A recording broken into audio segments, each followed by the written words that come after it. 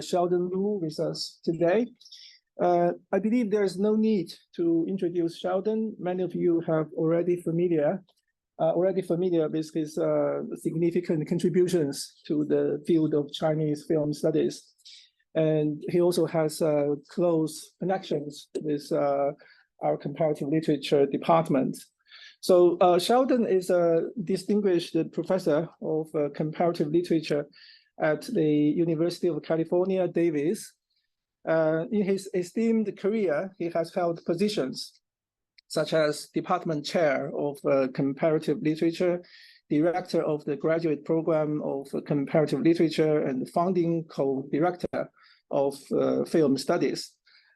He is the author, editor, and the co-editor of over 15 books in English and Chinese, covering comparative literature, Chinese literature, and film studies. Some of his recent publications include Contemporary Chinese Cinema and Visual Culture, Envisioning the Nation, which was published in 2021 and received an honorable mention for the Best Monograph Award at the BAFTA Publication Awards 2022.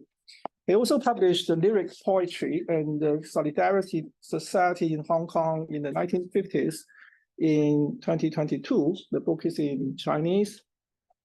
And co-edited Ecology and Chinese Language Cinema, Reimagining a Field in 2020. So today, Sheldon will be discussing a fascinating topic, reflections on the discourses of a Chinese school of comparative literature and the Chinese school of film. So the concept of a Chinese school of comparative literature has been present since my time as a graduate student. And I believe the Chinese school of film has also garnered support from government officials in China. So why are scholars in China so obsessed with the idea of a Chinese school? What can this fascination reveal about the tensions in a time of globalization and cultural relativism? I think after today's talk, we will gain a deeper understanding of these questions. So without further ado, please join me in giving a warm welcome to Sheldon.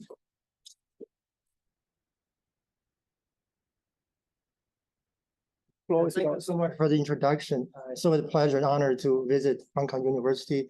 I haven't traveled abroad for 4 years because of COVID, so I'm so happy that I'm able to come to Hong Kong U right now. I used to come here once in a while. I did quite a few things with this department, that department at Hong Kong U, so it's just I know Winnie sitting there, she knew what I was doing, collaborating with, working on certain things. Yeah, so it's really an honor to be back again. Thank you all for coming. And I know it's a really hectic time at the beginning of the academic year, and people are busy, but yeah, I see a lot of young people who are the future of our field. So great, yeah, good to see everybody. So my topic is, yeah, first of all, my apologies for not using a PowerPoint. I'm old-fashioned, you know, I'm not good at using PowerPoint. So what you see are fragments of 2 essays, one written in English, one written in Chinese. So you will see some concepts, some names, terms. So they will get, I mean, it's kind of boring to see them, but they will give you some ideas, right? For example, bibliography. And it's even better than PowerPoint, right? PowerPoint is very specific. And so, I mean, there's advantages and disadvantages with any kind of presentation. Okay, so so the notion of a school of something is very old, and it's old-fashioned. And if you talk to somebody in comparative literature in China, nobody, I mean, in the United States, for example, talk to a new graduate student or my colleagues, you know, they don't know what the heck is a school of American school of comparative literature, French school, because that discourse is so old. The discourse goes back to half a century. You talk to my distinguished colleague, they don't know what. So it's really an old topic. At the same time, it is also very new, especially in mainland China. It's like the discourse in China. So there are things some things are very strange. And also the notion of film school. And in no country people talk about our film school, like film school under national tradition. But in China, in the last several years, it is the discourse.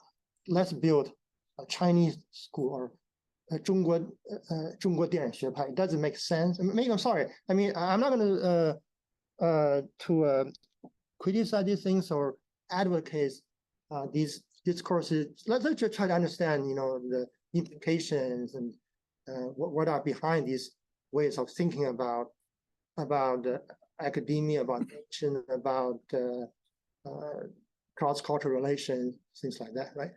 Okay, so these things are kind of similar in certain ways. I mean, the school of comparative literature and also school of film. So they look very different, but there are some similarity in the Chinese context. Okay, so I will start with the business of comparative literature because that discourse came first, and then the film discourse about a Chinese school of film studies is relatively late. It just kind of started in the last several years. It's like the rage in China. And you have to talk to my colleagues in China after I finish my talking in Hong Kong. Maybe, you know, they will, I might have to discuss things with them, you know, but anyway, so the notion of film school is really important in China. You'll see why, right? Okay. So, right, you can look out for these things. So the first part is consider fragments of an article in English. It should be, I'm doing two things right now. I'm co-editing an anthology. I'm co-editing a special issue of journal with the Canadian Review of Comparative Literature on the notion of Chinese school of comparative literature, right? So that should be published. I mean, that special issue might come out next year, fingers crossed. And so that's in English. And also I'm working with Professor Zhang Longxi, who just retired from CTU, on a special issue about comparative literature in China. So if things go well, that special issue hopefully should come out next year with Journal of World Literature, right? And also I'm trying to publish a couple of essays written in Chinese about this business. So one is a Chinese essay co-authored with a scholar in Lingnan University on the notion of Chinese film school. So that should be published later this year by a Chinese journal in China, right? It's called the Theoretical Studies in Literature and Research. 文艺理论研究, what's that called? 文艺理论, by 华东师范大学, what's that name? 文艺理论研究 something. And then the next year, another article in Chinese about the business of Chinese school comparative literature. So look out, you know, these things might come out later this year or next year. Right? So basically, I have fragments from what I wrote or co-wrote with colleagues on the subject matter. Okay, so so let's start with the notion of a Chinese school of comparative literature. So, well, I mean, if you take graduate seminar in Introduction to Comparative Literature, maybe say, hey, my God, 100 years ago, let's say, or 80 years ago or something, there's something called the French School of Comparative Literature, which emphasizes factual connections between A and B, right? How French authors influence German writers. So there's a factual connection, right? So called like influence study, right? And then later on, there's something called the American School of Comparative Literature, which is more flexible. And then you can do something like parallel study, cross-cultural study, like A and B, which are not intrinsically related. You know, it's not like there's no factual connection, but yes, you can do parallel studies. So that is called the American School in Comparative Literature. And the American School is kind of a response to the old so-called French school. And it can develop and peaked around 1960s or 1970s. It reached a peak at this court, I think in the 1970s, then it just disappeared. Suddenly, I'll tell you why. Well, you know why. So that's called the American School of Comparative Literature. So there's a very interesting person called right here, John Deeney. Right, he was born in Philadelphia. He's American, but then he was in the Jesuit order. Right, he was a priest. Then he went to Hong Kong, Taiwan first. So he went to Taiwan and he taught there. He taught English literature. Then he got into comparative literature. So so in the 1970s, there were some in Taiwan, right, and a little bit in Hong Kong. There was some attempt to promote something called the Chinese School of Comparative Literature. It makes sense because there is still the discourse of the American School of Comparative Literature. So, but then when people think about this business of right, 比较文学中国学派, they like to refer to him because he published 2 influential articles in 1977, right here. So this is better than PowerPoint, right? In 1977, one in English, one in Chinese, right? Chinese is called 比较文学中国学派, right? The Chinese school comparative literature. So these are like manifestos. So in a way, he's more systematic and he's more persistent in his career. He likes to stick to his gun all his career, right? So in a way, Zhang Dini is known as the leading scholar of the Chinese school of comparative literature, right? So he passed away last year, and we're trying to edit special issue of the Canadian Review of Comparative Memory of the contribution of Zhang Dini. And so even in China, right, I like the Chinese journal 中国比较文学 had a section on him, article written by Chen Sihe from Shanghai University. So he was a very, so here's the irony, he was so well known in mainland China, but most people never heard of him outside of Chinese speaking world. If you go to America or Europe, you say, who is Zhang Dini? Who is Zhang? Nobody knows who the guy is, but he like God in China. And there are a lot of people in Taiwan and Hong Kong who really admire him. So he was the foundational person in promoting the idea of comparative literature, right? So he just passed away last year in Pittsburgh, Pennsylvania. Right? And so here we go. So here's the context, right? So going back to, so he was thinking, well, the American school or comparative literature in general was very Eurocentric. So that's why he said there's a need to promote a notion of promote a Chinese school of comparative literature, right? So here's a long quotation. You don't have to read it, but anyway. So basically, he thinks that comparative literature, whether the French school or the American school, which is still flourishing at that time, right at the end of the discourse, it's just very Eurocentric. He said we should know, people should know about China even more broadly, Asia or the third world or the non-West, right? So these traditions are very important, but most people are not trained in that way, right? People should know these things, right? Otherwise, there's no sense you're talking about comparative literature. So I think, what he did was important. It's very meaningful. And for him, the Chinese school is not meant to be nationalistic or patriotic. It's not Sinocentric. It's just like, he says, a complement or supplement to existing discourse comparative literature. It's trying to rectify Eurocentric tendencies, right? So I think it's pretty interesting, right? So he said, okay, let's try to work out a Chinese school of comparative literature, right? Okay. So here's the more broader context. So this is famous essay by Henry Rimac at Indiana University, right? This is very famous, like one of the key essays on comparative literature in definition function, where he defined what is the American school, right? He's not the only person, but he's probably one of the most well-known scholars in that tradition. And it came out from this special anthology, right, edited by Horst Franz and Newton Stockenash, called Comparative Literature Method and Perspective. And so that was an important document in so-called the American School of Comparative Literature. And Indiana University was a stronghold of so-called the American School of Comparative Literature. So you see, the first edition is in 1960s, right? Second edition, 1971. So that is the peak at the apex of the moment of discourse of the American School of Comparative Literature. Then it just dropped. So I have some personal testimony. For example, I was a graduate student at Indiana University in the 1980s, right? That's how old I am. So I was there, and nobody was talking about this. People don't even give a damn about this, right? I mean, it's all about theory, Derrida, Foucault, Lacan, post-structuralism. So because of theory, right? Because of theory, all this disappeared. Just people think it's not interesting, it's not engaging, philosophically, intellectually, just boring. It doesn't make sense. It's just not exciting, right? And so it reached the peak, then it just disappeared, right? And yet, while this disappeared in mainstream American culture, it was picked up by people in mainland China, right? And people in Taiwan begin to forget about it too, because Taiwan and Hong Kong were more connected to China. So you remember, there's a Cultural Revolution and there's the opening up of China, right? In the early year of reform, open was called 改革开放, right? So comparative literature as a discipline was suspended in mainland China. It's not discipline, right? Especially during the Cultural Revolution.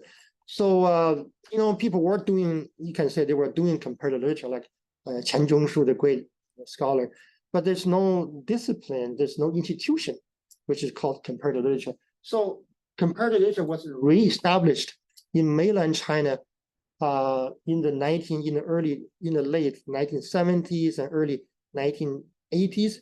Again, that was a good time, right? There's no comparative literature as a discourse, as an institution, but people in China rushed to establish a new discipline, right? A department, a program. Well, not quite department. I mean, it's so they try to establish comparative literature in China. So then they need to write textbooks, right? They need to write set up exams, right? I mean, what people should read. So at the same time, Zhang Dini left Taiwan. I think he got a job at Chinese University in Hong Kong, and he founded the association, the Hong Kong Associated Comparative Literature. I mean, he was the vice president of the organization. He could be the president, but then he said, okay, I'm a foreigner. I shouldn't be the president of the association. I'll be the vice president of the Association of Comparative in Hong Kong. And he was at the Chinese U, and he really worked very hard, to secure money, to invite people from China to Hong Kong. So that was very important for a lot of scholars in Hong Kong, in China, because they never went abroad. It was just a very special time. So Zhang Dini brought the scholars from China for the first time to come outside of China. So really, they learned a lot from Zhang Dini. Zhang Dini gave them material to read. So it was very eye-opening experience for a lot of people who were invited by Zhang Dini and his colleague at Chinese U and some other place in Hong Kong. So Hong Kong played a very important role in the launching of comparative literature in China, because they never went abroad, literally, right? Even Zhang Longxi, he like God, but he came to Hong Kong in the early 1980s. A lot of people like Xie Tianzhen, you don't have to know the name. Chen Sihe, I don't know about Chen Sihe, but Xie Tianzhen was invited by, he was the editor of the journal, 中国比较文学, right? So he came here, stayed in Hong Kong for like many, many months, right? So Zhang Dini founded comparative literature in Hong Kong.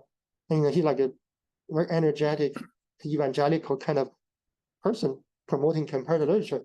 So he did a lot of work, right? So this is very important, right? And because people need to write textbook, right? There's no textbook. So, and this is good stuff to write about, right? Oh, there's a French school, then the Chinese school, right? There's an American school, and there's a parallel study, there's influence study, there's national literature, comparative literature, general literature. So all the categories come up, right? So, the old textbooks were very handy.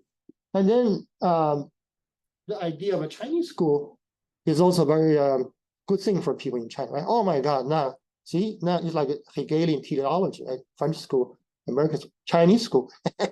the Chinese school is about comparative cultural studies. Now, the world history moved to the Chinese moment, right? So we come back, hello, we're back. So let's have a Chinese school of comparative literature. So it sounds very nice. I mean, I think it kind of makes sense for them, right? So this is, I think it's a very good moment for comparative literature in China, right? I think that's how textbooks are being written today. You can take a look. I mean, maybe graduate students have to read Introduction to Comparative Literature. This is how it's been written. So, but as I said, the discourse of some national school of geographic school of comparative literature disappeared completely, right? I told you I was a graduate student in the mid-1980s at Indiana University, the center of American school. I hardly see Professor Rimac, and he's almost retired. And Professor Horst Franz had a stroke, department chair for 28 years, and then nobody was talking about the American school. And I mean, it's all about this. I was a graduate student like you guys, right? So that's what we read. It's like theory, right? So theory is semiotics, deconstruction, structuralism, post-structuralism, so this sort of thing, right? And like influence studies, source studies, and parallel studies, they all sound very good. But actually, if you look at what Derrida, those people say, come on, there's semiotics, there's different horns, right? Difference, whatever, right? So in a way, it's like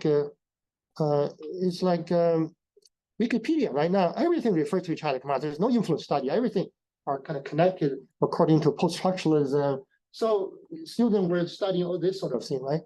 In the United States. So there's no such thing as the American school, right? And I think that's what you guys are looking at too. So then Comparative developed in America, and there's the American Comparative Association, and by its bylaws, every 10 years they need to come up with a state of discipline report, right? So there have been several documents, and so for example, there's theory, then later on there's cultural studies, post-colonialism, right? And then there's globalization studies. So now you have other things like world literature, environmental studies. So the discourse have been changing. And right now I know the ACLA folks are gathering essays. After gathering essays, you can, I don't know about deadline, an essay to talk about the state of the field of comparative literature, right? So they are trying to, they have to, it's mandated that they have to write up another report about state of discipline every 10 years right now at the time. So I know they're doing that. I think Shi Shumei and another person are working on that together, right? They're trying to create an anthology about this sort of thing. So there's no American school of comparative literature. I mean, you talk to anybody in the US, I think they don't even know what the heck that is, right? Nobody, it's like, doesn't make sense, right? What do you mean by American school? So it disappeared, but it's just amazing. So nobody talk like that except, well, I don't know every country, but as far as I know, in China there is the Chinese school of comparative literature. Every day people talk about it, and so now the Chinese school of comparative literature is very important because it has to do with other kind of things. It has to do with the notions. Let's see, how should I say it? I mean, it's okay. What is it? The discourse, the Chinese comparative literature is understood as part of a national cultural renewal, right? The agenda of cultural renaissance, right? It's about the assertion of Chinese subjectivity. And that's the word they use, the 主体性. I don't understand what that means, 主体性. So comparative literature, the Chinese school has to do with the reassertion of 主体性, Chinese subjectivity. And so when they write in Chinese, I'll say, Chinese scholars have what's the English word? Aphasia, 失语症, right? Okay, we Chinese scholars have no language. Everything comes from the West. I have nothing to say. So we don't have our own 主体性. I'm just copying, what the word told us from the West, right? So like Cao Shunqing at Sichuan University, he wrote 失语症. There's always about 失语症, loss of language or aphasia. So we need to reestablish our subjectivity. So in a way, and so this current, you can Google a lot of these articles. So I'm not going to mention anyone specific. It's about so the discourse comparative literature is part of the reestablish of cultural confidence, right? So there's how many confidence? 4 confidences, right? According to Chinese practice, 文化自信、制度自信、道路自信，还有一个什么自信我忘了。So 4 or 5 confidence. So the Chinese people have confidence. So if you have a Chinese school of comparative literature, you got a lot of confidence, right? And you got our niche among other nations. So in a way, so the Chinese school of comparative literature is part of this national revival agenda. So it's very important. I mean, you have to have Chinese school, right? It's just amazing. They talk that way, right? All right. Let's see. So here's the problem, right? So the discourse of comparative, the discourse of some school comparative literature disappeared. So the American school disappeared, and of course, French school disappeared a long time ago. So there's no frames of reference anymore for the Chinese school. So all that frame of critical comparison does not exist. So there's no comparison. So now you say there's a Chinese school comparative. So where's the frame of reference, right? So my colleagues in China who all this sort of thing, their knowledge of world comparative freezes at the moment, freezes in the 1980s. So their knowledge, their willing ignorance of world development complete stopped around 1980. So they don't talk anything about what's going on since the 1970s. They didn't say any of that I mentioned, right? So they are just saying, oh, there's a French school, so this American school. But when there's no American school for 60 or 70 years already, for 60 and 70 years, there are no French school or American school. But if you talk to my college in China who were promoting this, see, then there's American school, then Chinese school. But there's no American school that disappeared. Not more than half a century. Right? It's like there's no American school since the 1980s, I think, right? Yeah, half a century ago. So what to compare? It doesn't make sense when you say, hey, your school, there's such a school in reference to something else, right? But there's no coordinates anymore. I mean, there's no Americans, so what they're talking about, right? If you ask anybody in America who is a communist scholar, they don't even know what the American school. But in China, they're saying, oh yeah, there's an American school. Now it's a time for the Chinese school. Yeah, they say, what is Chinese school? Oh, Chinese school is about cross-cultural study, 跨文化研究, right? Cross-cultural study, which is essence of Chinese school. But comparative literature is, of course, cross-cultural study anywhere you go, right? So not just Chinese school. So anyway, so there is disconnect, right? In different circles of comparative literature. So if you go to some places, you got to talk about Chinese school in China, right? And also this notion is very much a internal, other than Zhang Dini, right? Other than Zhang Dini, this discourse is very much internal affairs among Chinese scholars who do not really communicate with outside the world. Most of them were, here's the historical problem. So when comparative literature was established, it's like a second tier unit under 中文系，中文系下边二级学科，突然的想的。So Department of Chinese is one level, right? Then the secondary study that's comparative literature. Then it's also a secondary degree under a foreign study department, like 英语系或外国语学院下边一个二级学科。It's still like that. I think people really don't like that, but that's how comparative literature was founded. It really doesn't make sense, right? I mean, so you can't have a department comparative literature. I don't know if it's a department comparative literature in China. So I really sympathize with what they're doing is their problem. Why don't you just say, let's have comparative literature rather than a secondary unit under 中文系, right? Or 中文学院, sorry. Okay.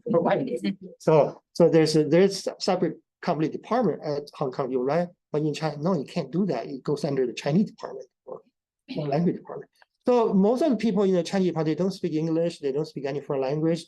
It's all an internal affair. They write in Chinese, they don't communicate with people outside of China. It's all this kind of frustration and anger and anxiety. We to let the world know there's a Chinese school. It's just amazing, They don't communicate with people. They're just saying they're very anxious. They say, 我们有失语症, we lost our language. We don't have our language, but they don't talk to people. They don't know how to talk to people. So most of them are trained in Chinese departments. They don't speak any language other than Chinese, but they are the most dominant force in a country like China. Like, like the big country, America, Russia, China. Their national language, like English department, is so big in the United States, right? Like of course, like small country, they speak many languages. But in China, Chinese is the Chinese department is the most powerful department, right? So there are millions of people writing about comparative literature in China. They are the most powerful people, but they are very frustrated and also very angry and very anxious. Right? I think that's probably what it is. I won't say that in China, I guess.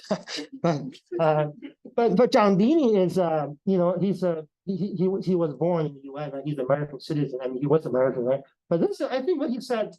This is what he said in a conference, in a collection essay based on a conference organized at the Chinese University. He said, "Okay, I hope so one day, the Chinese languages are understood, are being used by our colleagues, right? I mean, why don't you talk about the, 赋比兴, right? 诗话 or 情景, 绝句律诗. Why don't you know, you all know sonnet or tragedy or whatever, right? Why don't you talk about this? So when will that day come when people can, let's talk about these kind of things, right?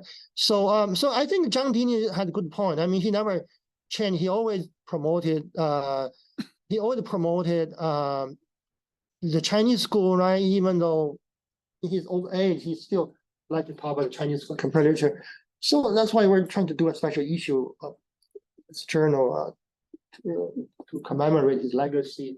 So I think Zhang Dini, in his case, it makes a lot of sense. So I would say he's really, people don't know him, outside of China, or even in Taiwan, I heard comparative literature going downhill.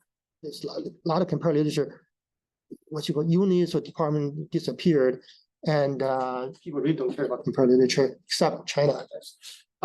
So Zhang Dini published with like Liaoning University Press. You probably haven't heard of that. English monograph published by Liaoning University Press.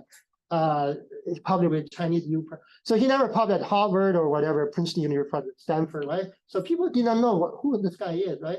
But again, so let's try not to be Eurocentric. I think he did a lot of good things, right? So I think other people try to internationalize comparative literature, right? So these are the names from his generation. They try their best. Some of them were my teachers. But Zhang Dini really knew Chinese, right? I mean, he spoke Chinese and he was very well versed in Chinese literary and critical tradition. I think so. In retrospect, I think Zhang Dini is really did a lot of work. He really made a contribution to, let's say, to internationalize comparative literature, right? So he's a very he's very important, I think, right? So in a way, so Zhang Dini is one issue, but then I think in the international context, you have to give some credit to what he's trying to advocate, because he really tried to broaden what is comparative literature from the periphery of mainstream Western language, because he was in Taiwan, Hong Kong in the Cold War years, right? I mean, I wouldn't say Hong Kong, Taiwan was the center of Anglophone critical studies, right? I mean, that would be like Europe or America, right? But he tried to change things sitting in Hong Kong, right? So he founded the Comparative Studies in Hong Kong. Here, he did a lot of work. He kind of galvanized people in mainland China. Right? He opened up their eyes about comparative literature. So Zhang Dini is one thing, right? And then and I urge you, if you want to follow up on the issue, you just Google up 中国比较文学派, see what people write about comparative China. And they say somehow the Chinese school comparative literature is so important for the Road and Belt initiative, right? It's part of 一带一路, right? Because this is about internationalization, right? So in a way, so a lot of contemporary scholars in China try to put this academic discourse in the broader national agenda of cultural confidence, right? Cultural renewal. So that's so here you see some kind of ironies and the disparities between how this discourse was discussed or promoted by different scholars, right? Okay, all right. So that's one piece of the stone. All right, yeah. So then, of course, I mean, whatever. I wouldn't call that Chinese for comparative. For example, there's a very famous book, right? You probably read it, the War Republic Letters written by the French scholar, right? Casanova, right? Pascal Casanova, but that's very, what you call Gallo-centered, very Paris-French-centered, right? So what is world literature? That really, she was really talking about center being the center of, in her view, world literature, right? This decolonization, you know, the Paris, the center of world literature, and then you got, you know, peripheral places. So that kind of thing, even though it's supposed to be describing world literature, but actually it's not world literature, it's like Paris French-centered kind of approach in literary study, right? This and her book has been criticized by many, many people. So in that sense, we do need to, I mean, not us, I mean, the world does need to know more about 绝句有律诗, right? 杜甫, 李白, you know, people did not know that, right? So in a way, yes, we do need to broaden people's knowledge of different traditional comparative literature, right? So that's one thing. But then about what's going on in China, right? You know, about you know, comparative literature being part of 文化自信, right? Cultural confidence. So that's something else. See how academic discourse you put in service of the national agenda, right? So now that's one good way to make a transition to the current discourse of a Chinese film school, right? So sorry, I know that I know in Chinese, and the former student I were trying to I'm going to publish in the Chinese journal about this matter. Okay, so what is the business of a Chinese film school, right? So here,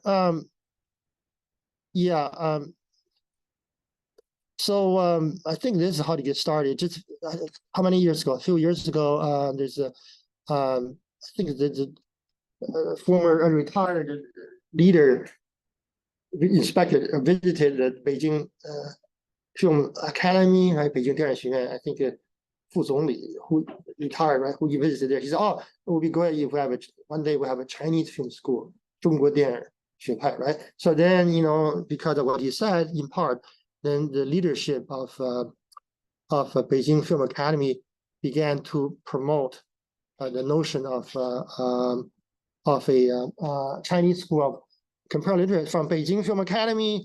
Then that was all the rage, right? So this discourse has been going on for quite a few years, you know. So basically the same thing, you know. It's very nationalistic, very patriotic. The film scholars were thinking they don't have anything to say. They don't have their own language. They have the problem of aphasia or 失语症, right? Somehow all the critical terminologies or concepts come from outside of China.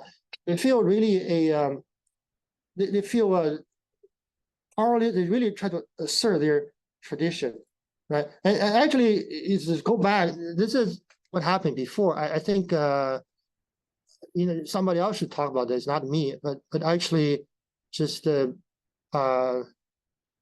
basically, there's a visiting scholar, you know, who came to my office and said, "Hey, Professor Lu, I want to do an interview with you." And I did an interview with him on 华语电影, right? Chinese language school and transnational cinema studies, and Then he published an interview at the Chinese journal, 当代电影, contemporary cinema.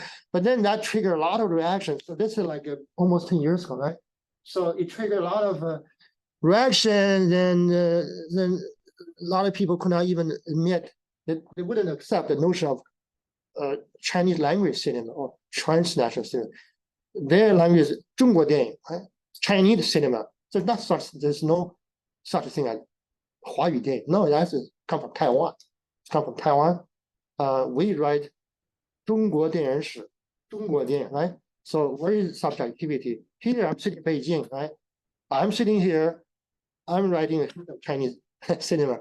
So what is this kind of scattered trans-regional notion of 华语电影? So they didn't accept that. So there's a debate that's been going on.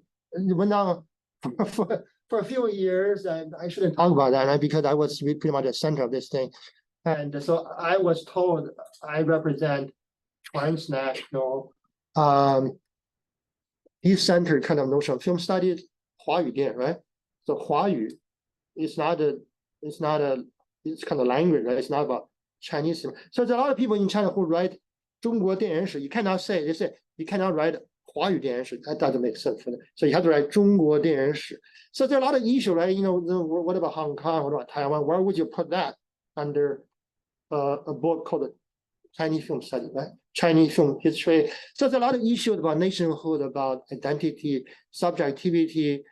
So the debate went on for several years, and I was criticized by people like Li Daoxin, who teach at Beijing University, by Liu Xinyu, who teach now, I think, at 华东师范大学,华东师 East China Normal University. She taught at Fudan. So I was criticized. If you care, you can look up the references. It's very easy. You just type my name and their name. See that forever, you know, for several years. But then, so things get pretty quiet now. So I think they don't want to argue anymore. So basically, they didn't like the idea that, you know, they think we should write. We should, I mean, people in Beijing should take the initiative in writing Chinese film history. You know, what do you mean by transnational cinema? They say it's kind of decentering the decent work, right? Then what about Taiwan or Hong Kong? How would you put Taiwan and Hong Kong in this broad frame of national cinema, right? So it's like 民族电影. I don't know how that translates. National cinema, 国族电影, right? That's one concept. Then transnational cinema. So that's another concept which can be decentering, depends on how you look at it, right? I'm sure people in China wouldn't accept cinema study, right? 华语系列, no, they wouldn't accept that. That's too far. They think 史书美 goes too far. So they're criticizing me, but still they can talk with me, right? I don't think they can talk to Shu Mei, my colleague, UCC. That goes too far. Never mind. So they still criticize me, and that's okay. But after a while, they don't talk about this anymore. So I think this is the context for the launching of so-called the Chinese School of Film. So I have to talk to them I think I'll be in Shanghai in about 1 week, right? In Beijing and Xi'an. So I will talk to the same people again. I don't know what they're thinking about, right? So I will give the same talk in Shanghai, right? And in Xi'an and Beijing, and Guangzhou pretty soon in 3 days, 4 days. I'm sorry. Okay, so I'm curious. I mean, I'm glad I'm talking to people in Hong Kong, right? You guys are more cosmopolitan, but in China, some people are very standoffish, you know. So I'll be curious as to how you feel about it. So basically, right? Yeah. Okay, here, right? So right. Well, you like Yingjin, you know. Sorry, my dear friend Yingjin passed away. So 主体性, right? See, keyword 主体性, subjectivity, right? That's such a big word. Rewriting of film history, right? Yeah, you know, spiritual paradigms of literature studies, subjectivity. So basically, it's the same thing, you know. People in China, and most of them are they don't speak English or any language at all. They just they hang out together, just so angry, you know. I don't know why they're angry, because you don't speak to people and you say, I lost my language, I don't have my language. So basically they're saying, we need to reestablish our subjectivity, right? So that's what it is. Basically, the key word is subjectivity. So I asked them, what do you mean by subjectivity? Is that your subjectivity or film subjectivity or the director's subjectivity? What's your subjectivity, right? So subjectivity, 主体性, right, is such a fuzzy word, right? So basically they feel they are not in charge, right? Somehow discourses come from Hong Kong, Taiwan, you know, come from other places. They're not happy about it. So now they want to say, okay, here we go, right? So right here. So this is started right here in Beijing Dianxi, and they say this is the official inauguration of so-called discourse of film studies. So it's really strange, you know. They got a lot of funding, they got tons of money. There's something called I don't know, Beijing Dianxi. So 高端, I don't know the high tech. Right here, yeah, right here. What's that called? High tech, future high tech film center, right? They got tons of money. So they had to invite students to give a paper. Let's talk about Chinese school. So they got to spend the money. And so amazing, they organized a lot of conferences. They're saying, okay, let's build a Chinese school of film studies, right? It's they say it's both. I said, do you mean a Chinese film school of research, or you mean film production? It's very fuzzy. But anyway, so there are tons of articles. You can write a dissertation on this easily, right? So Professor Geng, can you write a dissertation about something? There's a lot of material there. Okay, all right. So it's really weird, and okay. So I was there at Shanghai Dashi. I'll be there again in a week. So I said, what do you mean? So let's talk about the Chinese language. 他们说中国电影学派. I said, you mean there's一个中国电影学派. See, our Chinese language is very fuzzy, right? Like Hegel, the German philosopher, said, the Chinese have no idea about philosophy because their language is lousy. The language has no tense, no, no singular plural. So the Chinese cannot philosophize. That's what Hegel says. Well, maybe he has a point. I mean, so I asked him, I said, what do you mean by 中国电影学派? It's plural or singular? The past or present? You mean there's a film school 20 years ago, or there is a film school now? There's one, you talk about 1.4 billion people. There's one film school or one Chinese film school. There are several. So I don't think they're thinking very clearly, right? I think things are pretty fuzzy. I don't think they think very clear. So you mean there's just one Chinese film school? 一个中国电影学. So if you translate, I said, go ahead, translate your 中国电影学. How would you translate a Chinese film school or Chinese film schools, right? And what about tense? You see, there was a Chinese film school, or there will be a Chinese film school, or there are several Chinese film schools. So things are pretty fuzzy. I tried to talk to them, even the COVID, and I couldn't see them for several years. And I was talking to somebody last night on the phone. He said, "Oh, we don't talk about this anymore." I don't know. I said, "Oh, sorry, we don't talk about this anymore." But they do talk about this all the time. It's really weird. So what is well, give me some examples of a Chinese film school. So Li Daoxin wrote an essay about Geng Qiu's art director, his film in 1920s. So that's a classic example of Chinese film school. And then Fei Mu talk about atmosphere or something. Okay, that's Chinese film school. And then somebody talk about the theorists in the 1980s. So that's Chinese film school. So it's just beyond imagination, So all this is Chinese film school. And they say Chinese film school is also a matter of construction. So we're working on it, and it's open-ended. It's just like a building Chinese subjectivity. We're working on it very hard. So let's work on it. So it's just amazing, it's open-ended. I say it's like a 大杂烩, like a big bag. You just throw everything into it. Whatever you say is good, and you put it into the Chinese film school. So it's amazing, right? So you see the smartest people in China. They are very intelligent, very smart, but I don't understand what they're doing. So they're saying, you're right. If you can come up with a good topic, and who decide what is? You see, when you talk about Chinese film school, there must be definitions. There's no definition. So what are the characteristics of Chinese school? Not very clear. Right?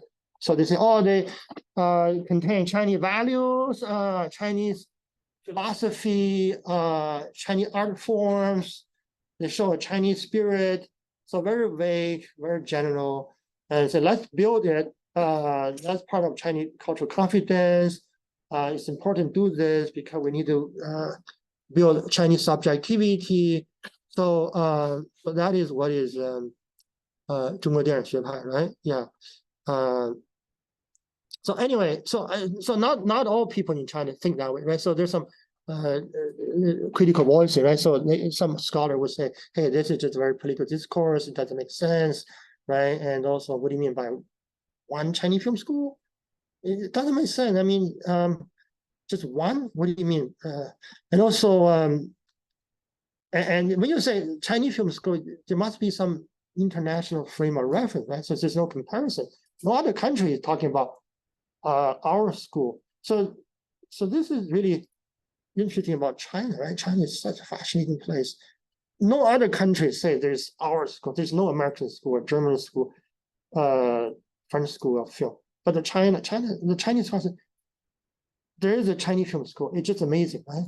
Well, there's a Berlin film school. It's very specific, right? You're talking about subject director in a very short time.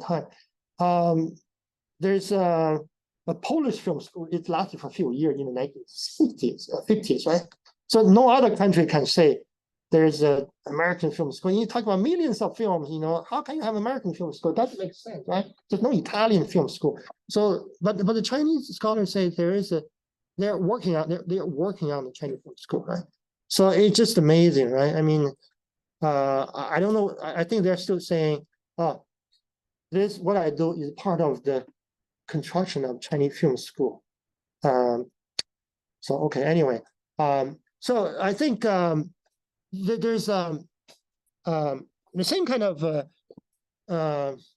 anxiety or frustration, right? Somehow they say, oh, China is the second largest economy. It's a great economic power, but somehow we academic have no language. We don't have our own language. They just feel they're frustrated. They don't have a theory. They need to have theory. How come all these theories come from other places, right? Come from outside of China? We need to assert our subjectivity. But when they are saying that, they're talking about themselves, right? Let's say we're sitting here, we talk about, let's create a Hong Kong film school. And you don't talk about anybody else. I said, why don't you organize an international conference? Let's talk about it. And they don't. They don't even speak English or German or French, right? So they cannot compete with other scholars. And then they just, this tremendous frustration and ambition and anger and anguish. I hope they will be successful, right? I think I'm running out of time. I hope there's some time for discussion. So another related issue. So I'm talking about launching a Chinese film school in critical. Well, it is about criticism, academic discourse. It's also about film creation. Another related topic is this called 走出去，走向世界 going to the world, right? Going beyond China. How they say how can you make Chinese films being watched and enjoyed by people all over the world, right? So how come people don't like Chinese films? Right? So whenever there's a Hollywood blockbuster, people want to watch them. Oh, there's something interesting, different. Let's watch it, especially young people. But so they say, they've been talking about for 20 years, and things don't get better at all because there's only one genre, one type of film that get really high visibility outside of China, right? Martial arts or action film, right? Hong Kong Kung Fu. Other than that, people don't care about Chinese film outside the world, right? So that's a dilemma. This kind of, if you apply for a research grant, you get it because it wants you to analyze how this works. So yeah, how do you say 讲好中国故事, right? How to tell good Chinese story? 讲好中国故事. Well, the leader said that, right? But so you guys are researchers, you better figure out how that works, right? How would you tell Chinese stories, right? Good stories. And you better work on that, right? But again, it's just they're just very frustrated. So Chinese films are not being watched, being appreciated by people to the degree they would like to see, right? Maybe some people watch Jia Zhangke film, but Jia Zhangke is very critical of Chinese society, right? Like gangsters, Jianghu, right? That film's name called Jianghu, like Hong Kong from Jianghu, learning from Chow Fat and Zhang Wu. Jianghu Ernie, right? Jianghu Ernie, gangsters, children, sorry. And so that's another related film, right? So the Chinese film the blockbusters are what's called Wu Fu, right? Wu Fu 2, 战狼2, right? So starring Wu Jing. So Wu Jing is really interesting in the Sino-American co-production, right? Called it's being shown in Hong Kong, in the USA. What's called The Trench. what's the name? I mean, I just saw it. You probably got the film. Wu Jing, is co-star in this film. What's the internet like a shark, right? I'm sorry, I saw that actually in Davis, California. Okay, so anyway, I better stop pretty soon. Okay, so the Chinese film school is under construction. So their job is to find out moments of Chinese good examples of Chinese film school. And you can still work on it. It's open-ended. It goes back all the way 100 years ago. And it's everywhere. So I think I'll find out what they're thinking about. I'll see them soon in 2 weeks, in 1 week, right? So I don't think that's really, I mean, okay, Zheng Qiu in 1920 is one kind of thing, Shanghai cinema, right? And then Fei Mu is another interesting Chinese film director. No, and then there's the year, like Zhong Dianfei, a film critic in the 1980s. So what's the connection between these moments, right? So there's a unifying theme there. No, nothing. So what defines a Chinese film school? Nothing, right? So anyway, so they are very smart people, ultra smart, very energetic, and they're first scholars. At the same time, they're talking about this. They really spend a lot of time writing articles, organizing conferences, talking about it. They've been going on for several years. So maybe, I don't know what's going on. We'll find out. I hope they will be successful. And so I think, so in a way, it kind of started from that debate about 华语电影, right? Chinese cinema, some years ago. And I should not talk about it because I was pretty much the center of that discussion, starting in 2014, right? So they were frustrated. So now they accept 华语电影, right? They don't want to talk about it anymore. So they say, still, 华语电影 come from Taiwan, Hong Kong. So they feel very frustrated. So now we say, let's develop our own Chinese film school. So anyway, so I think, maybe the ramifications, the historical, critical implications are more interesting. Oh, here we go, right? Here we go. So this is the origin of, this is what's called the prehistory change of this whole thing about 华语电影, right? So here we go. So 李道兴, you want to see how I was criticized? Right here. 李道兴重建主体性的, right here. So he criticized me as pretty harshly. But I don't think people agree with him. So that discussion went on and on for a while, for several years. So these are some of the most highly cited essays, right? So if you are interested, you can Google them out. You just type something, you will see tons of articles about it. So that kind of stopped in a way because there's nothing to say anymore. So they say now the moment is let's forget about 华语电影, right? Let's build our own Chinese film school. So that has been going on for a few years. So we'll see how does that wrap up? How does it end? So we'll find out. Great. So thank you for your patience. That's a quick run of schools of whatever was film school or comparative literature, right? Yeah. So we'll see what happens in China in the coming years. Okay. Thank you very much. Now the floor is open. We have about half an hour for Q&A discussions. You can also type your question in the chat room if you are participating in the lecture online. So maybe I'll start with one question.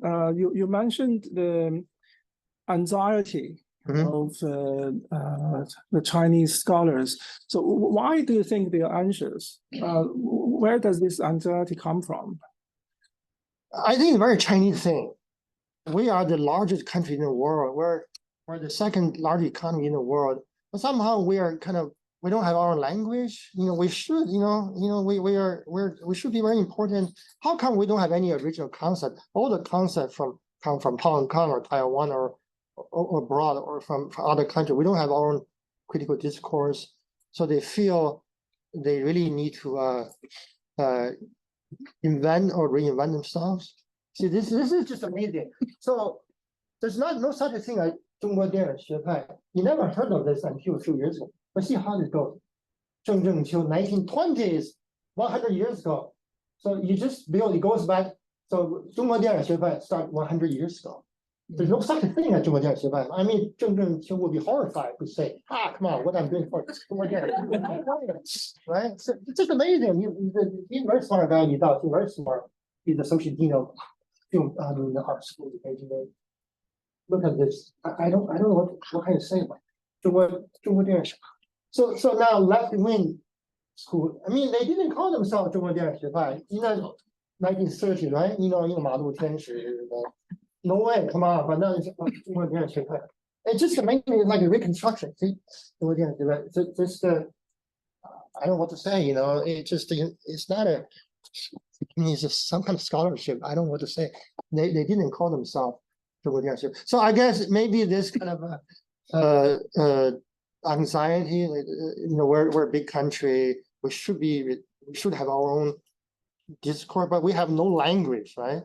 We can't even talk about, they were just, they didn't feel good about in the discussion about 华语电影, right? Even 华语电影 come from Taiwan, right? So somehow they feel, come on, we have no language. So there's some sense of tremendous anxiety, I think, on the part of Chinese scholars.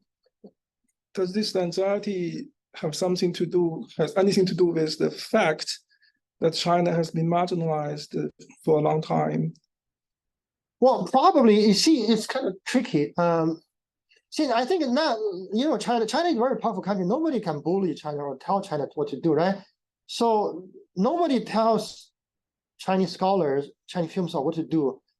So nobody pushing them. And all these people are trained in graduate school, which uses Chinese language. They don't speak any language other than Chinese. So nobody told them what to do. But they feel very angry, they just feel very anxious. So I don't think anybody can tell them what to do. And then they don't talk to, they just talk among themselves, they write in Chinese. So I don't understand this. It's a really strange thing, They say we're Chinese are being bullied, humiliated, this is national memory. But right now, who would dare to bully a Chinese scholar? No way. I mean, let's say you sit in the Beijing University. Nobody can tell you what to do. You do anything you like, but they just feel, they don't have their terminology. Everything comes from abroad. So just I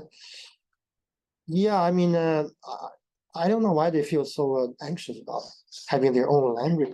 They have their language, right? You just write your own papers, So what's wrong? You just write 郑正秋. If you write good paper, 郑正秋, that's perfect scholarship. But when you say 郑正秋is the beginning of Chinese film school, that's a big statement, right? So that might get controversial. Sheldon, so thank you so much, for this very informative talk. I'm actually currently putting together some materials about the beginning of comparative literature in Hong Kong. So, what you have been discussing, is really useful. So I'm quite interested to know a bit more about John Deeney, because you mentioned in the talk, John Deeney actually started in Taiwan. Right. And then he also helped establish so many, sort of like curriculum, in Hong Kong. Right. He started in CUHK and then also inspired other people like in Baptist U in Hong Kong to open, these courses. And then, he started to establish this Chinese school of comparative literature. Also, I'm just curious. So does he ever mention, what role, Taiwan or his experience in Taiwan and Hong Kong contribute, to his formulation of this school of comparative literature? Does he ever mention, the unique experience of Hong Kong actually contribute? At that time, I think he started working in Taiwan in the 1960s. In 1965, he became a faculty member at Taiwan Normal University, Taiwan Shiban Daxue, something like that. So at that time, it was during the Cold War period. So China was closed. Nobody could even visit China. So he learned Chinese. He could express himself. He could communicate with the West in Taiwan and Hong Kong. So Taiwan and Hong Kong played a very important role, I think, in the 60s 70s and early 80s. So Zhang Dini, there's nothing like Taiwan and Hong Kong at that time. So he was teaching in Taiwan and Hong Kong. I think that is only with his relative cosmopolitanism. Those two places were open to new ideas. The Chinese scholar didn't know anything. They were invited, like Cao Shunqing. Now he's like such an important person in Sichuan University. So he was invited to come to Hong Kong. So yeah, so I think Li Dasan really used Taiwan and Hong Kong as strategic platforms to open up people's horizon in China. Yeah. So he played a very important role. And also even before that, for example, I think Taiwan really played a big role in internationalizing comparative literature in a broad sense. For example, people, so in my generation, I see Tankan review, 淡江评论, 淡江大学. 淡江大学 is like private university in Taiwan, is not one of the best. But in the 60s and 70s, Tankan review, there's some very open-minded literature. They invited scholars to come to Taiwan. They introduced them to Chinese literature, and they try to make them aware of what's going on in China. All the big names like Harry Levine, from Harvard, or Horst Franz from Indiana University, or Owen Aldrich, the editor of Comparative Literature Studies from University of Illinois. So all those famous scholars from America were invited by Danjiang University. So, and Zhang Dini was part of the team.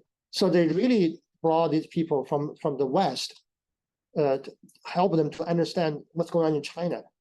And so Taiwan was really, one step ahead of what's going on elsewhere in the Chinese-speaking world, because China was not open yet. There's no comparative literature. So, yeah, so historically, Taiwan and Hong Kong were very important. Li Dasan, that's his name, Li Dasan, Zhang Dini, really use those places a good platform to broaden people's mind on comparative literature.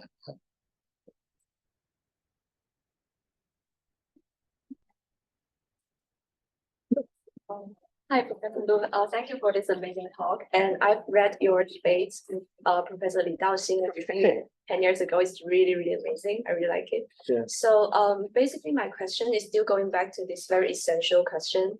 So you talked a lot about the difficulties faced by the Chinese film school and how they want to reestablish the subject of the Chinese cinema studies. Yeah. So do you have any kind of solution to those difficulties? If not, do you think that Chinese film school or Chinese film scholars should just give in to the Sinophone cinema to define Chinese cinema? Well, not the Sinophone. Sinophone is defined by UC colleague Shi Shumei. Is very strict, So in my opinion, if you say Sinophone, I mean Chinese language cultural production across national borders, so in a very broad, loose sense. So, okay, Sinophone, yeah, that I think like according to David Wang, they have a more open-minded, soft definition of Sinophone. But if you talk to my colleague Shi Shumei, Sinophone encounter has a mighty against mainland China. Even Putonghua is not part of Sino-centric war, has to be Hong Kong, Taiwan, or as a minority, Xinjiang, Zhangyu, Mengyu, that's Sinophone, right? It's really strange definition. And people like it outside of China. I mean, her thinking was well liked. So in regard to people in China, see, the Chinese word 主体性, very fuzzy word. What do you mean? You have your 主体性, nobody's hurting you. I mean, you're so and so. What's wrong with what? First of all, who's 主体性? You talking about your 主体性 or the subjectivity of Chinese cinema, or the characters 主体性, or the film industry subjectivity? It's a very fuzzy word. They're just saying we need to assert ourselves. So in my opinion, if they just stop doing that, just do your research, just write a good essay about Geng Qiu. That's it. Do something, just be a good film scholar. That's all it takes. To be a good film scholar, write your good books, write your article, good research. That proves everything. That proves you guys are first-rate film scholars, right? You wrote such a wonderful essay about Chinese cinema, Shanghai cinema, 1930s, 1920s, or left-wing 左翼电影运动. That's perfect, right? That's good enough. But then if you say, okay, I got to assert my 主体性, That's weird. I mean, it's just a strange. I mean, like, what's your 主体性? You're writing Chinese, sitting in Shanghai, Beijing, and you say, I'm going to assert my 主体性. Nobody hurting you, right? So you're in full control of your destiny. So what's the fuss about asserting your 主体性? You know, if you write a good essay, your 主体性 is already automatically reasserted. So,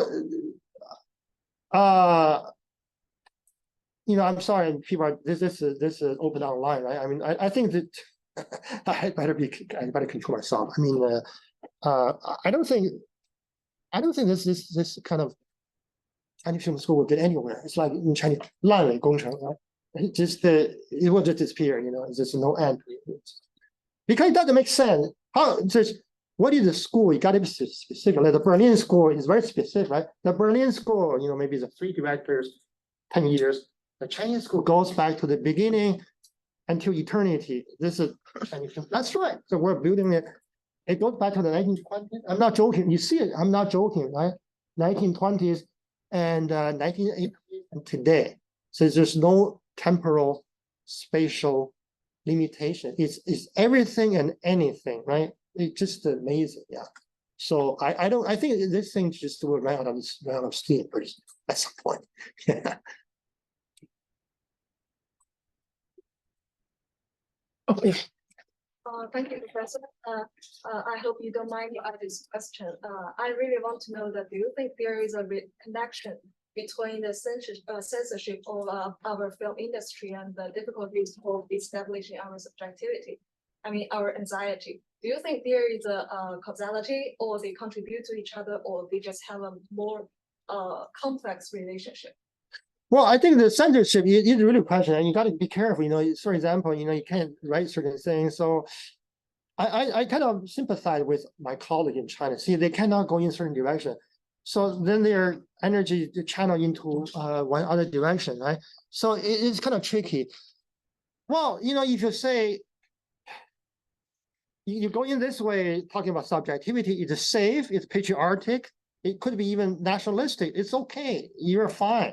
You cannot go the other way, right? But what do you mean? What is the Chinese film school?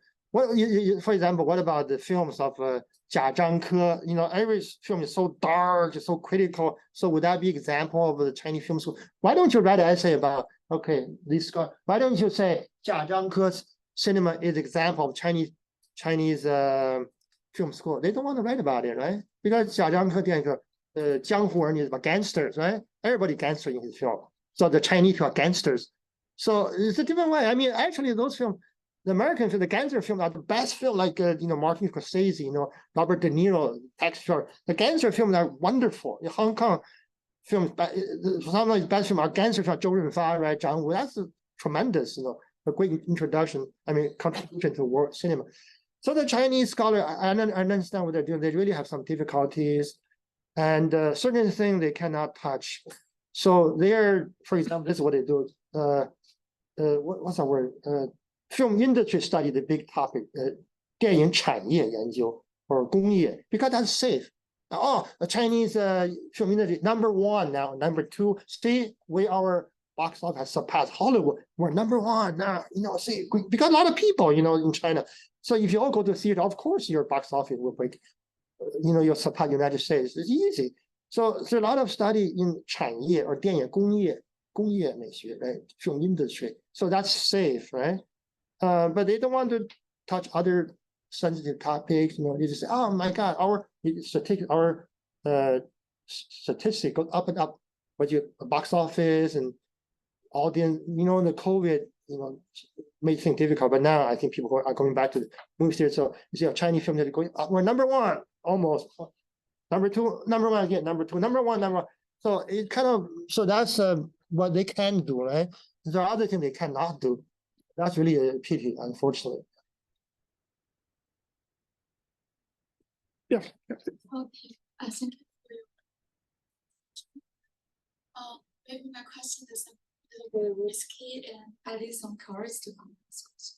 So we will know that in Chinese New Year there are many movies presented and projected, or you know, deeply influenced by the political facts.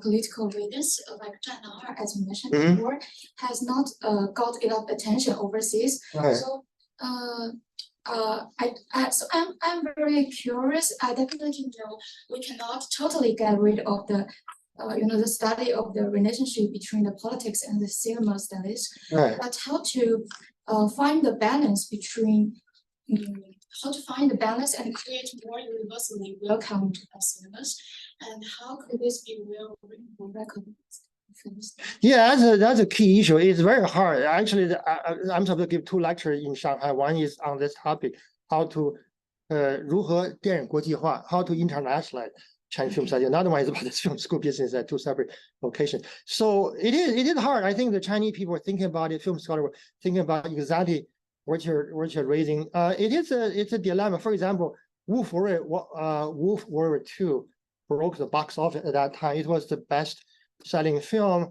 I guess a lot of people liked it. I don't know how things work. Maybe they give you a ticket, so your 单位 give you a ticket, you go. You calculate 票房记录, right? I mean, maybe Hong Kong, I buy you 100 tickets, you go. So in China, it's something else. So I think there's some kind of patriotism. Okay, let's say 战狼2, Wolf Warrior 2 broke box office at the time. Well, I know a lot of people like it. People in China liked it. It's just very nationalistic. And like the Wu Jing character was teaching this white male lesson, like you guys. What did he say to the white guy? Like you guys are colonizers. Now I'm whatever, right? So the Chinese men are beating up foreigners and terrorists and mercenaries, and we saved Africa. We saved the Chinese. So maybe that makes people feel good. But outside of China, I mean, people don't care about that. Of course, I mean, think about the similar situation. What if you see a foreign film like an American film? They say, we saved the world, right? We beat up the Chinese, read the American flag at the end of the film. How do you feel, right? Same thing. You see, if you other countries, you see this Chinese guy waving this national flag and teaching other people lesson and saying, we saved you. How do they feel, right? So I think the 主旋律, what I call mainstream film, is very good for China, but I think there's no way people outside of China can wholeheartedly something. But here it is. For example, I taught this 这个鲨鱼电影, what's that called? 我刚看那个英文你们叫这个什么巨鲨深沟深什么 The Mag. Yeah. The Mag. 巨齿虾. That's right. The net. That's right. The net. 巨齿虾. So see, here you go. So they invited Wu Jing, right? The character, the actor who performed that hero in 战狼. All right. So Wu Jing is the co-star. So I think they think Wu Jing by having Wu Jing, maybe the more people want to see him, right? There's a better box office. So Wu Jing is a co-star with the American guy, right? So that film is not nationalistic. So maybe they are trying to work out a formula not being nationalistic. This film can be seen in the United States, in Hong Kong, in China. So maybe they are trying to reconfigure this sort of film. But they tried it before. For example, the net, the first part had Fan Bingbing in it. Right? Fan Bingbing was really, she was in Transformer, right? 变形金刚, and part of that shot in Hong Kong. So that was a very, very, very, very successful film in a sense. A lot of Chinese people watched that film. So maybe they want to duplicate this early success. They don't have Fan Bingbing, just portrait Fan Bingbing. Oh, this character died already. So you have Wu Jing. So I think they're working on it. So we'll see how that goes. That film is pretty boring, actually. Not good film. Really, nothing new. But you got Wu Jing, and he's not shouting, not teaching European colonials a lesson. He's friendly. He worked with a white guy. Maybe this is like a more acceptable film by different cultural traditions. Yeah. So it's a difficult question. Yeah, I think that's exactly what they're trying to figure out right now. Yeah.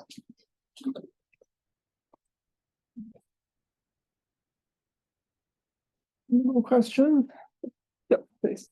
Thank you for this talk. And based on Dr. Song's question, It's about the anxiety of Chinese film school.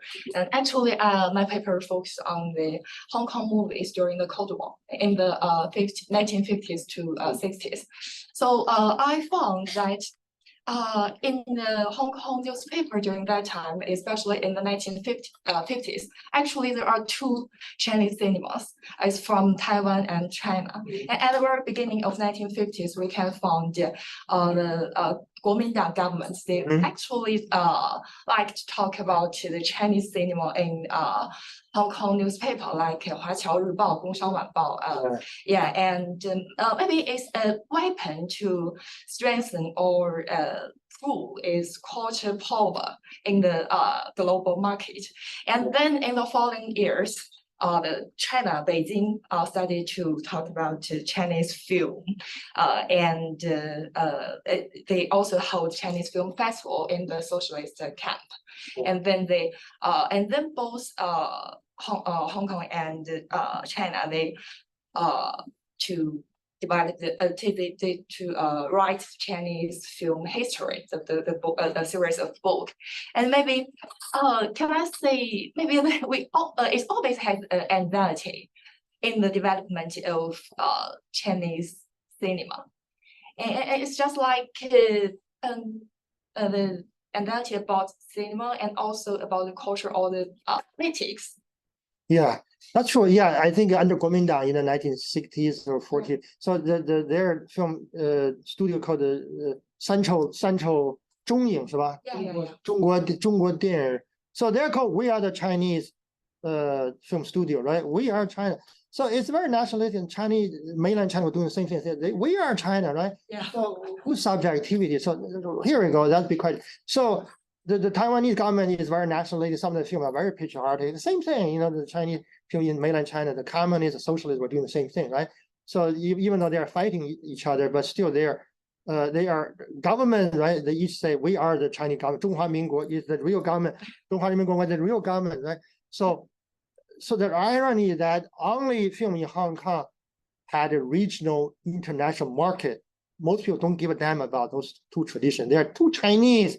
The Chinese people in Taiwan were, okay, let's say they watch that, but most people don't care about martial art, comedy, things done in, like produced by Shaw Brothers, martial art, that sort of thing had a market in Southeast Asia, in East Asia. So great. So that's a good example. That's why Hong Kong cinema is so wonderful. It had a market, whereas China and Hong Kong, they're just talking to themselves. Same thing today.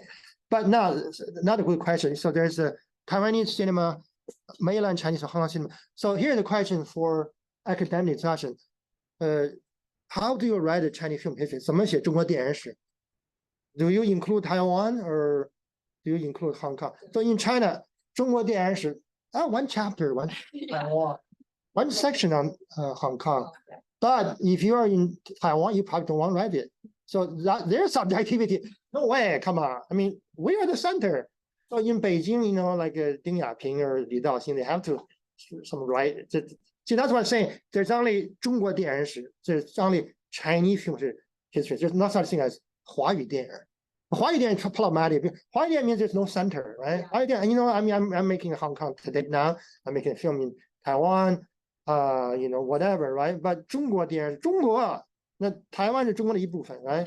Hong Kong is part of China. So one chapter on Hong Kong. So you got to organize, what is the 正统, legitimate history. So it is a touchy issue. See, that's why I'm not a film historian. I just talk about, 华语电影 transnational cinema. Then they get very nervous. So they just didn't like it because they say there's only one thing, which is 中国电影史 Chinese. They say you cannot write a 华语电影史. You can only write 中国电影史 Chinese film history. So it's a very touchy issue. So if you sit in Beijing, you got to write it that way. But if you sit in Hong Kong, you probably write different way. If you're a scholar from Taiwan, you will write it differently too. You will write very different film histories. So here we go. Maybe subjectivity matters, right? So there's inter-Chinese politics here. Yeah, very good question. Thank you. Okay. Any other questions? I have a question. still about the subjective theme. Do you think it indicates like a tendency of the field turning like politically conservative? Does it indicate such kind of tendency? Very much. I think they felt they were being threatened. Actually, they feel they've been doing that all along. Then they don't like, because the first generation of scholars were trained in the 中国艺术研究院. You know, that's the first PhD in film study. 丁亚平, like the first PhD. Then there are a lot of 师哥师弟 like Li Shaoxin. They were all studied with Li Shaobai, and so then there are more doctoral program. You can do that in normal university or Peking U or Shanghai U. So then writing a film history is the most important thing, the most expected, right? Like Li Shaobai, 他们3个人写的中国电影发展史 history of development Chinese. That's like a classic, right? So then those people train their student. So so they've been doing that for many years, maybe for 20 years, 30 years. They feel pretty good about it. And then like this strange discourse about 华语电影. And so they didn't feel good about it. And so I think they feel they're being challenged. So now this discourse about Chinese film school is a way to reassert themselves. They think they have a different language. Well, you know, Vice Premier Li Lanqing, he just said, okay, 希望有一天有中国电影学派. And then, oh yeah, and then the administrator, my God, 北京电影学院. Okay, let's do it. This is insane. It's typical. You know, like some administrator, 行政人员 said something. So this thing goes from the top to the bottom, unlike 华语电影, which goes from the bottom to the top. So in China, it's from the top. The top said, do that. Oh, okay, you do it. I'll give you money. I give you 10 million Chinese dollar. You got to do that for me. You do the organize conferences, you know, you crank out papers. So it's a top down kind of discourse. It's really amazing, you know. It's just I just like a year ago they were still organizing a huge conference, but no. I said first of all, they invited me online, but then they did not want to invite anybody outside of China. See, they don't want to raise any controversy. See, it's just why don't you invite somebody like outside of China just to join discussion? I think I sent a paper abstract, but then it's not being discussed at all. So now I'm going to get at it. Right? I'll publish my paper pretty soon. Maybe in a couple of months, you see that paper come out. This 文艺理论研究, 华东师范大学 theoretical studies in literature. So you probably will see that paper. I and Geng at 岭南大学 together wrote the paper just right here. Right here. There are some fragments. So hopefully you'll see this in a couple of months. So we'll see. I'm glad mainland Chinese newspaper, I mean, academic journal is willing to publish it. Probably they're kind of sick of that stuff too. Right? Some people are sick and tired of that. Maybe time for, they don't want to say it. I can say it. You know, they have to be careful. You don't want to read this kind of stuff, right? Because they're in China. I can say, I don't give a damn, right? I'm sorry. So I just say what I need to say, and I can get away from it. So I won't be, I don't need to be promoted in China. I got a job already, so I can learn about this stuff. But they have to be very careful in China, I guess, right? They have to, because they're not because they don't want to, not because this is wrong, because they have to deal with other colleagues, institutions, they got to look at funding, right? They got to work together, you know, if they organize another conference, they get maybe a lot of money, but so they have to build some camaraderie. But I'm not part of that system, so I don't care. I just write what I say. You know, actually, I think they want me to write something like that, so that there's different voice, right? Otherwise, it's just the same. 这是学术运动，这跟政治运动、学术 academic movement 文化大革命、政治运动，这学术运动。Only in China 学术运动。I saw a hand here. Okay, so this is the last question. Thank you, Professor, for sharing. And I would like to ask on your personal predictions about the future developments of film in China, because I personally think that now China is developing in a very paradoxical and contradictory way. Like, for example, there are a lot of patriotic and nationalistic films, and they also, like what you have just said, it broke the box office. Yeah. And I think Chinese are kind of like very contented and proud with the achievements that these kind of patriotic films made.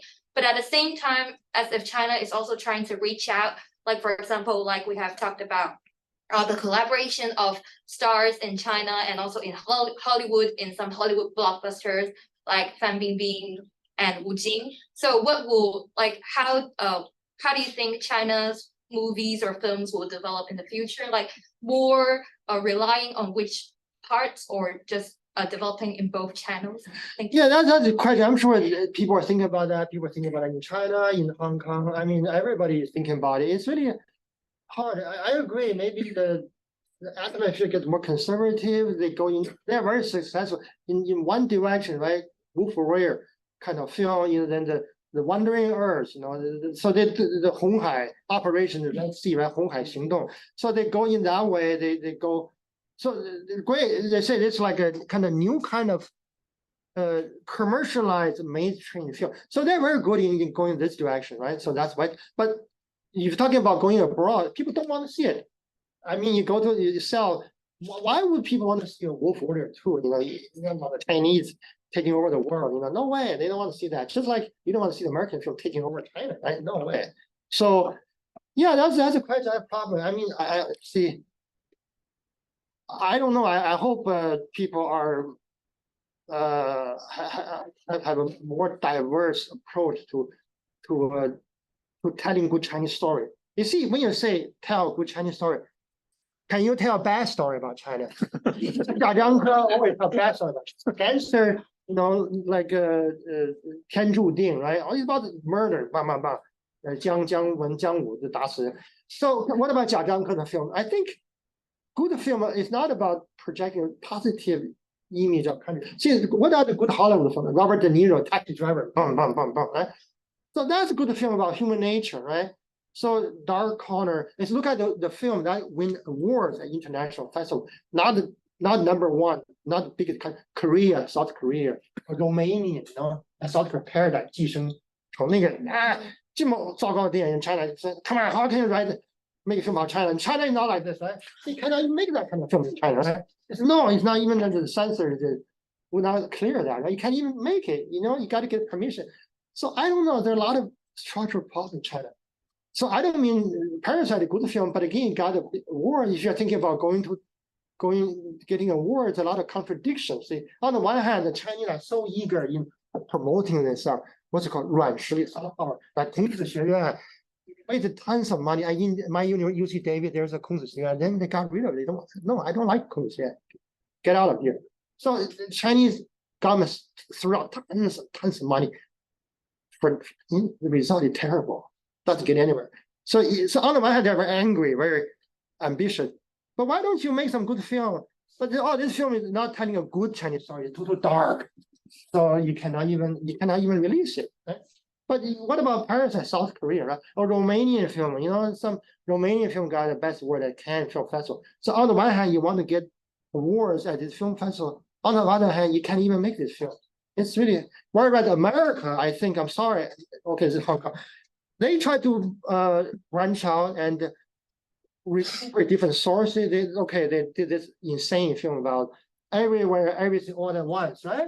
It's about Asian American story, like a middle-aged Asian woman, like her daughter was gay, she didn't like it, all the little stories, but that's part of American cinema. America absorbs everything. They didn't say, oh, it's bad about us, or like a nomad land, right? 无依之地. It's good film, but in China you can't even talk about it. This is done by a Chinese 中国导演是吧？中国女导演范冰冰的那个养女是吧？So not I mean 那个宋丹丹是吧 ？Sorry. But because she said something, then she just said something many years ago, not good about China. Then she's on the blacklist. So I worry about the cultural environment in China because you don't have a good environment. But whereas in America, Chinese director can be successful. Michelle Yeoh can break Oscar record in a number of awards she received. So America absorbed all the Chinese. They make film about middle-age crisis, about homeless people. Wonderful. That's beautiful art. But in China, Chinese people are really beautiful. Have to be beautiful. Otherwise, you can't even make this film. So there's a lot of problems with that. Okay, so please join me in thank you, Sheldon, again for this wonderful talk. Thank you for coming.